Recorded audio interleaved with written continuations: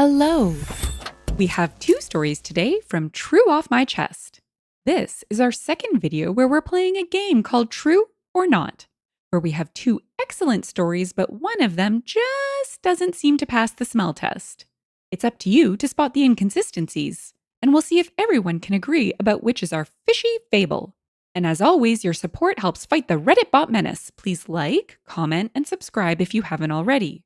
Our first story features a woman who remarries a widower and his two kids. But being a stepmom just isn't enough for her. In story 1, I destroyed my fiancé's dead ex-wife's photos and her antique horse collection, and my fiancé doesn't know. So I have been keeping this for a couple of months. I, 26-year-old female, have been with my fiancé, Ale, 27-year-old male, for 2 years. But I've known him when I was a freshman in high school and he was a sophomore. He was with his deceased ex-wife Lorraine when they were in middle school.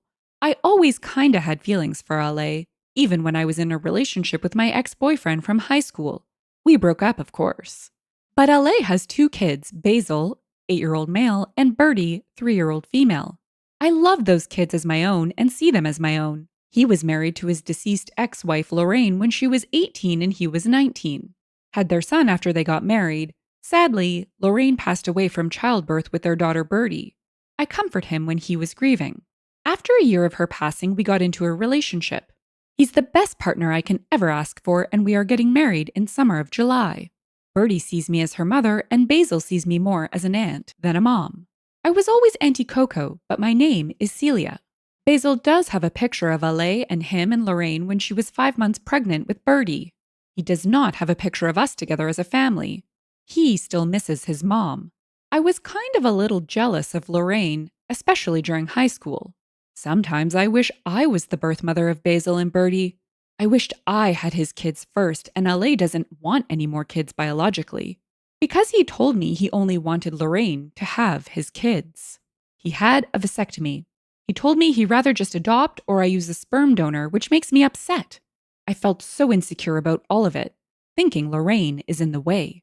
All of Ale's friends knew Lorraine in and out, since they all knew each other in middle school and had the same old friend group growing up all together. Especially Ale's best friend, Jordan. He adored Lorraine. So did his wife, Ruth, which is Lorraine's best friend. I know them, but I am not close to them. They all talk about Lorraine from time to time, about the things they used to do. They are the godparents of Basil and Bertie, so they're around a lot. I, however, didn't know Lorraine that much, but she was nice to me. It felt fake, though, so I wasn't really a big fan of her, but respected her enough. I felt kinda like I was intruding in LA's beautiful family. I remember going through the attic and finding some of Lorraine's and LA's belongings, with photos from middle school to before her passing. Also with LA's old gifts that Lorraine had given him and Lorraine's gifts from LA, which he had given her. A lot of horses, as Lorraine grew up on a horse ranch and loved horses. Ale was keeping this for his kids to give when they were older, to treasure their mother's stuff. I also found another box filled with Lorraine's collection of old vintage and antique stuff of horses and gifts from her friends, Ale's friends and family, and Ale's family. I got jealous, as Ale was planning on giving this stuff, Lorraine's horse collection and gifts, to Bertie. Ale has already given Bertie Lorraine's old stuffed zebra when she was a young child and given Basil an old knife that belonged to Lorraine's grandfather. All I know is I wanted everything gone when Ale took Basil and Bertie to Lorraine's parents' house for a few days. I stayed back because of work. I knew this was an opportunity to get rid of Lorraine's stuff and photos. So I took the knife and the stuffed zebra, all the photos of Lorraine in it, and her antique horse collection. Burned all the photos, threw her antique collection away and destroyed some. Cut open all the stuffed toys of Lorraine's and letters she wrote. Destroyed every single thing of hers. I felt satisfied knowing she won't be a bother and nothing to be jealous of anymore. I felt happy and not remorseful. When LA and the kids came back, I pretended as nothing happened and was just normal. It only took a few days when they noticed. Especially Basil. He couldn't find his photo of him and his mother or the knife. He raised awareness of the disappearance of the stuff, which got Ale searching for the zebra, but couldn't have been found. We did move to a new house a few months after. Ale searched through the attic to pack stuff and noticed that only Lorraine's stuff was all gone. Her collection, childhood stuff, their pictures together, letters, gifts, just everything. He searched frantically for it. He did question me as he knew about my insecurities and jealousy of Lorraine, but I told him that I would never do anything like that. He believed me, thinking he left her stuff back at the old house. Even to this day, he still doesn't know. Basil is, however, heartbroken, which got me feeling a bit sad. Lorraine's parents and friends are very sad about it, as LA did tell his friends and everyone. His family is sad about it because they loved Lorraine like a daughter. I wish they loved me like one, but I know I can't ever compare to her. LA's friends are also so sad about what happened. Everyone is sad, but they don't know a thing. Even Bertie is sad about the zebra, but that thing was old and gross. So I got her a new one. She doesn't love it like her old one, but she sleeps with it once in a while. I don't think I can ever tell LA or anyone this, but feels good to take it off my chest. Only person I really told were my two best friends, Mandy and Holly. Mandy knows LA, but in high school they really weren't that close. But still hung out, and Holly didn't really like LA that much. She only knows him because she dated his friend Maxwell in high school to college on and off. Until Maxwell got married with a kid on the way. However, Mandy and Holly have told me what I did wasn't right. But they won't tell anyone. So I feel safe knowing they won't tell LA or anyone of his friends and family. Update 1. Well, to update you people calling me names and how my fiancé does deserve better, you guys are right. The guilt hit me so hard. Seeing my kids, all sad and devastated. Basil was so distraught about his grandfather's knife and his picture with his mom. He sometimes will break down crying because he always tells his dad and I, "My mom is the prettiest lady," or "Mom was the kindest lady." Bertie was still sad because she thought she lost or misplaced Zipper, her mother's childhood stuffed zebra. She sometimes couldn't sleep without Zipper. She would still come to sleep on me, as she sees me as her mom. Alay was upset thinking he left all of his memories of him and Lorraine behind and could never get them back. He said Bertie would never know much about her mother, Lorraine, or didn't have any pictures of her mother, or give her collection on antique horses. We'll never know the letters she wrote for Bertie and Basil, and for Basil to never receive any of his mother's old gifts.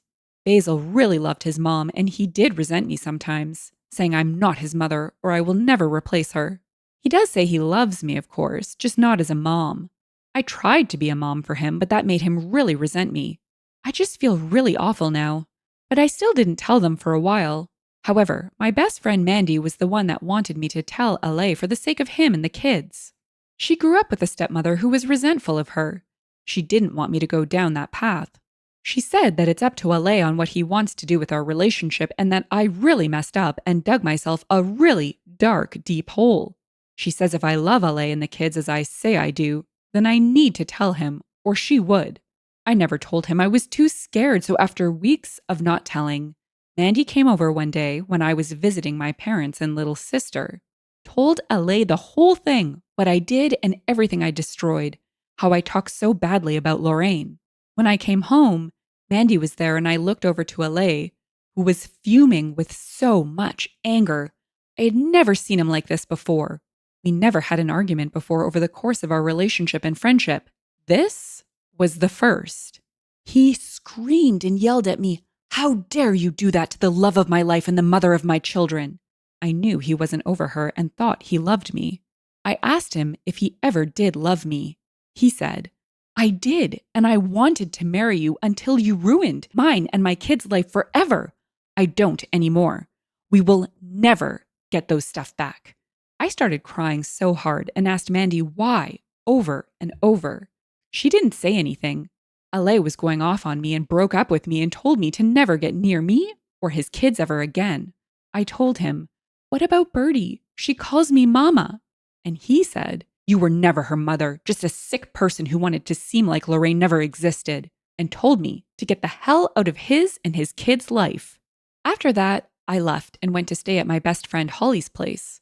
Then what I learned the few days after, Alay told everyone, his friends, his family, his best friend Jordan, Lorraine's family and friends, and her best friend Ruth. I was getting messages left and right from all of them, telling me awful things, calling me names. Ruth texted me calling me a soulless crone who took her best friend's memories and life from her kids. That one really stung and got me to broke down. Mandy even told me she will never look at me the same and questioned our friendship and hasn't contacted me since. A lot of our other friends dropped me, but a few are still with me. So now, here I am, at my best friend's place until I get back on my feet.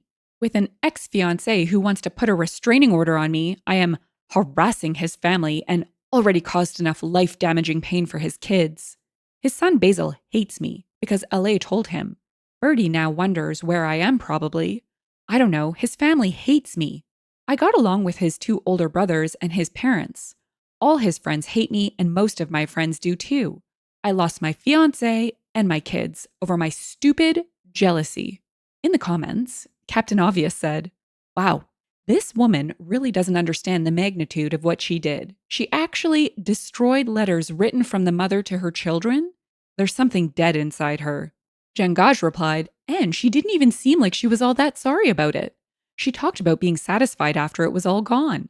How in the world do you not immediately know you royally screwed up?" Hegislad said, "Okay, of all the nut bars we see here, I think this is the biggest monster of them all. How can you claim to love these children and then do that to them? It's utterly horrific and soulless behavior. This makes all the tater tots look like amateurs in comparison." Alarmed Jellyfish replied, "Yeah, OP is easily one of the most self-absorbed people I've seen post on Reddit, which sure is saying a lot. She also seems unhinged though, which is far more worrisome. I desperately hope she leaves that poor family alone. They've suffered enough already." Yep, this nutter is a combo of the crazy lady from The Hand That Rocks the Cradle and the stalker from Single White Female. I think she's regretful that she was found out and her life shattered. This is quite different from feeling the weight of guilt for doing something that you know is wrong. Our second story is our last submission of True or Not. So get your votes in. All good things must come to an end, and hopefully you've enjoyed playing along with me. I read so many stories every week while trying to pick my favorites, and I often feel like a little mini detective having to spot the fakes and weed them out. So let me know what your verdict is on Story 2. Am I the jerk for not wanting to live with my brother-in-law anymore? My husband, 32-year-old male, and I have been married for 2 years. His dad and stepmom are going through an ugly divorce, so his half-brother, 17-year-old male, has moved in with us to live for a year till he starts college. My husband loves his brother, treats him like a little kid, and is overprotective of him. I find brother-in-law's behavior obnoxious, and we are having too many arguments over this. He's been with us for only a month and a half, and I can't stand it, and I really don't think I can put up with it for a year. It started off with him making messes and throwing away leftovers. Since I do most of the cooking and cleaning, it was increasing my workload. My husband's list of chores have not increased by his presence, so he was dismissive of my complaints. Since husband wasn't saying anything, I tried telling him to pick up after himself. Brother-in-law retaliated by smacking my butt. Anytime I tell him to do something, he hits my butt hard and laughs. Husband told him to knock it off, but he keeps doing it. And husband treats it as if he's just playing around. No big deal. Not only is it very disrespectful, but it's really painful. After that, he started randomly picking me up and carrying me around. I'm a little over 5 feet and 120 pounds, and he's a tall, stocky guy. I hate it, and husband just thinks he's goofing around and trying to be friends with me. I work from home, and the other day when it was just him and me in the same house, he picked me up and ran with me to my bedroom and threw me on the bed. It really scared me, but he just laughed at me and left. Husband thinks I am being dramatic by being scared by this.